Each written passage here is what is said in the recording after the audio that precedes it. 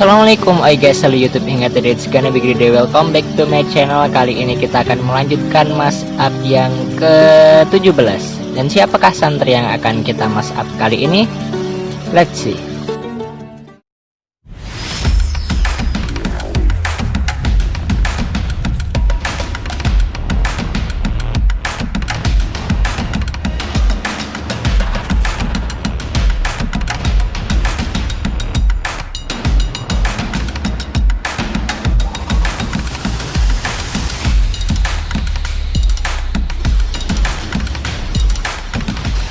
Dia adalah santri yang berasal dari kota pahlawan. Dan siapakah dia? Dia adalah Enrico Setiatama. Seperti biasa, kita akan memulai cerita dari sejak pertama awal saya bertemu dengan Enrico. Ketika saya datang ke pondok pesantren MTA untuk yang pertama kalinya, sebenarnya saya sudah menemui langsung Enrico Setiatama. Dan kebetulan saya juga langsung menanyai Enrico Setiatama, namanya siapa gitu, berasal dari mana. Ternyata Enrico ini berasal dari Surabaya. Sedangkan sebelum saya ke pondok dan sesudahnya setelah saya ke pondok itu saya memang akan menuju Surabaya karena keluarga saya, kakek, nenek, dan tante ada di sana. Uniknya setelah saya menyelesaikan tugas recording di pondok pesantren MTA, setelah itu saya pulang dan sedikit memanfaatkan sisa-sisa recording yang sekiranya bagus untuk dipublish. Setelah itu saya publish di YouTube. Nah, sesampainya di Surabaya, tepatnya di Majelis Kembang Kuning namanya. Di situ saya dibuat terkejut. Kenapa? Karena ternyata video yang baru saya publish beberapa jam yang lalu sebelum perjalanan ternyata diputar ulang di Majelis MTA perwakilan Surabaya tersebut. Seketika itu juga saya sangat kegirangan dan senyum-senyum sendiri guys. Sambil mengikuti acara tersebut, ternyata video saya mengenai pondok pesantren MTA yang pertama kali itu dinobar atau dinonton bareng di dalam majelis perwakilan Surabaya tersebut yang bertempat di Kembang Kuning. Setelah hari itu saya mulai bertanya-tanya dalam diri saya sendiri, lalu Enrico Setiatama ini berasal dari Surabaya mana ya, seperti itu. Karena waktu pertama kalinya bertemu tersebut saya belum sempat menanyai lokasi tepatnya gitu, tempat asalnya atau nama cabangnya, ternyata saya belum bertanya. Ketika perjalanan pulang dari Surabaya, ternyata rasa penasaran saya semakin menjadi-jadi dan serasa ingin segera kembali ke pondok pesantren MTA dan menunggu waktu yang tepat. Setelah itu di hari berikutnya ternyata saya benar dapat kembali ke pondok pesantren MTA dan mengajukan pertanyaan kepada Enrico Setiatama.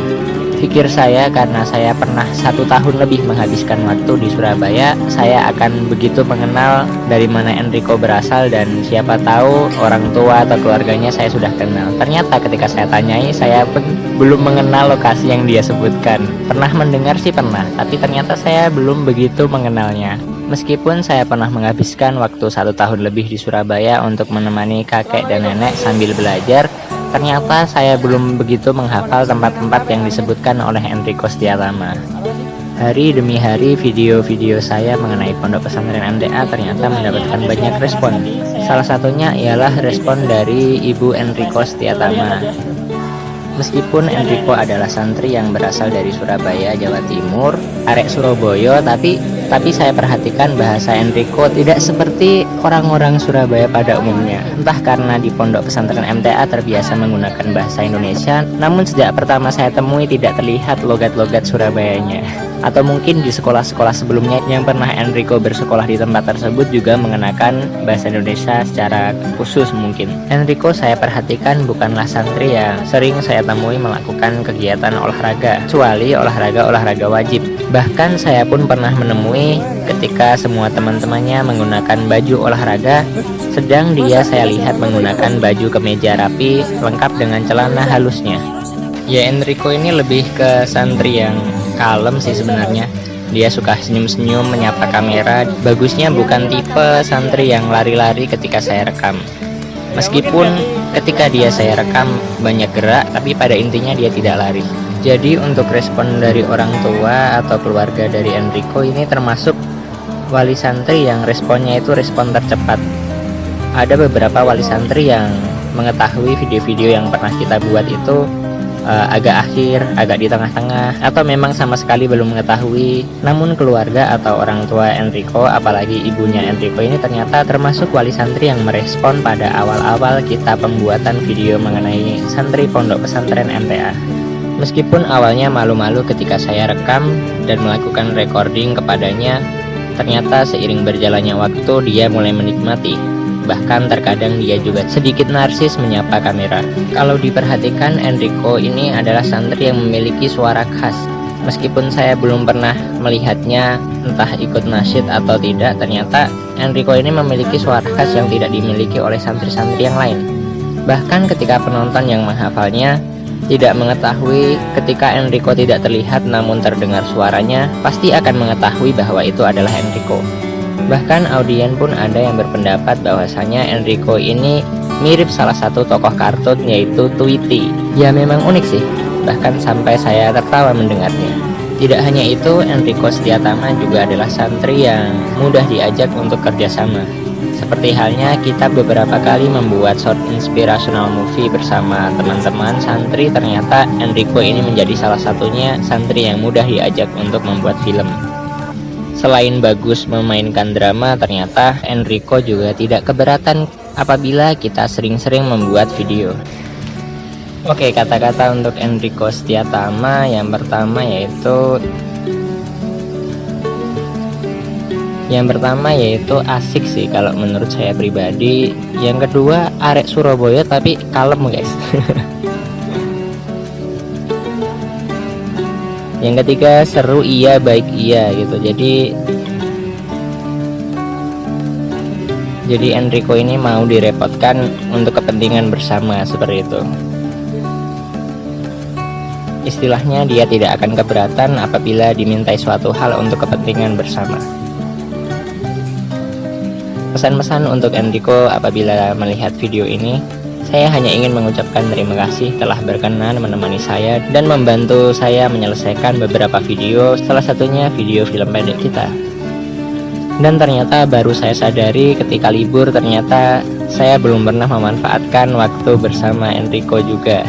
Saya perhatikan saya hampir tidak pernah atau hampir sama sekali belum pernah memanfaatkan waktu bersama Enrico, entah itu belajar bareng atau sekedar bercerita atau ngobrol. Ternyata saya belum pernah guys ketika libur. Ya mungkin the next holiday saya akan menyempatkan dan mencoba untuk memanfaatkan waktu bersama Enrico. Ya, saya rasa cukup Mas Up yang ke-17 kali ini. I hope see you soon on the next video. Don't forget to subscribe and like. Just stay tuned on my channel and don't go anywhere.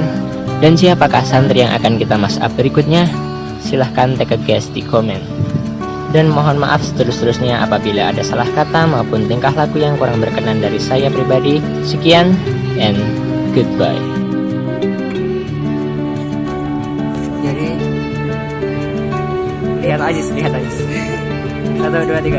Jadi kita sebagai hamba hanya bisa bersyukur dalam situasi apapun.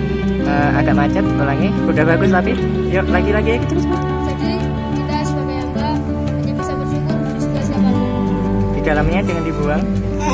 Yuk. Jadi kita sebagai hamba hanya bisa bersyukur dalam situasi apapun. Sekali lagi di dalam.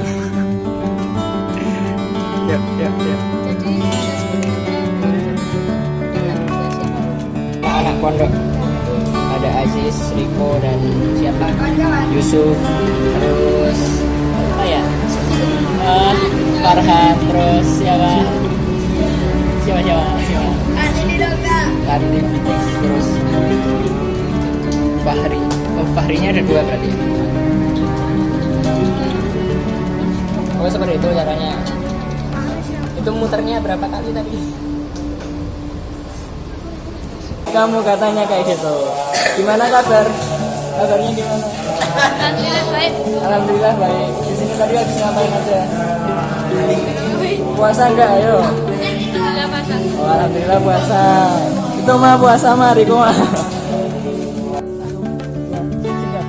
Satu nama.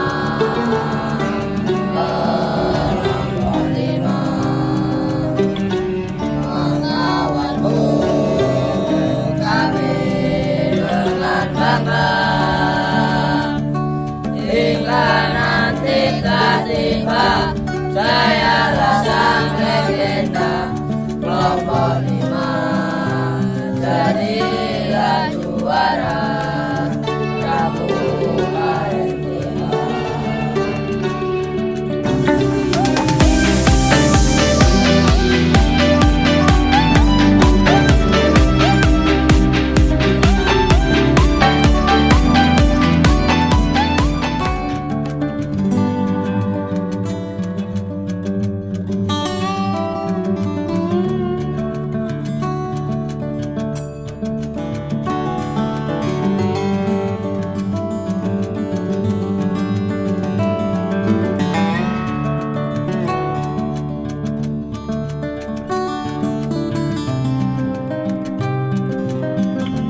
Mengingat karena masih pandemi, ternyata Pondok Pesantren MTA sedang melakukan karantina dan pembatasan skala besar bagi seluruh keluarga besar Pondok Pesantren MTA.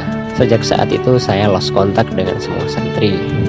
Dan tidak perlu ditanya lagi, jelas saya sangat merindukannya. Jangan salahkan ketika sosial media saya dipenuhi dengan kata-kata rindu tentang santri.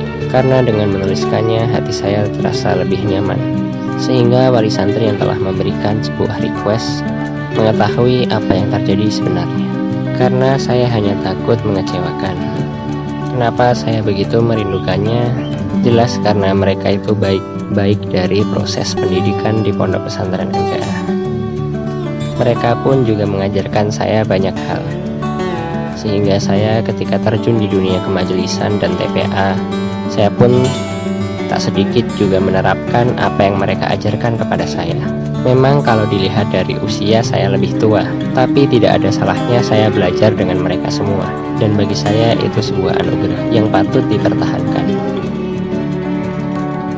Meskipun akhir-akhir ini saya sempat jatuh sakit dan tak sedikit yang mengkhawatirkannya, tenang, saya tidak corona.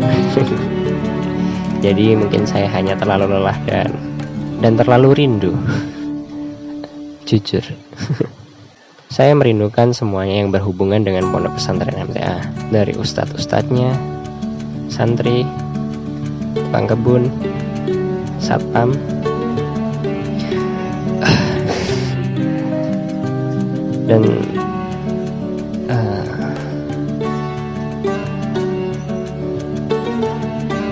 dan semuanya.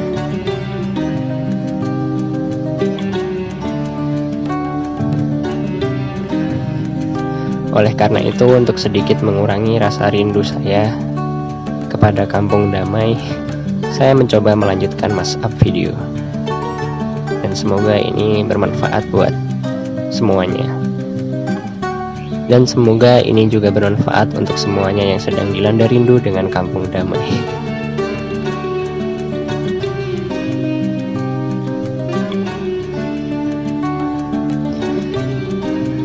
Saya rasa cukup. Sekian, bila ada salah kata maupun tingkah laku yang kurang berkenan dari saya mohon maaf setulus-tulusnya. Assalamualaikum warahmatullahi wabarakatuh.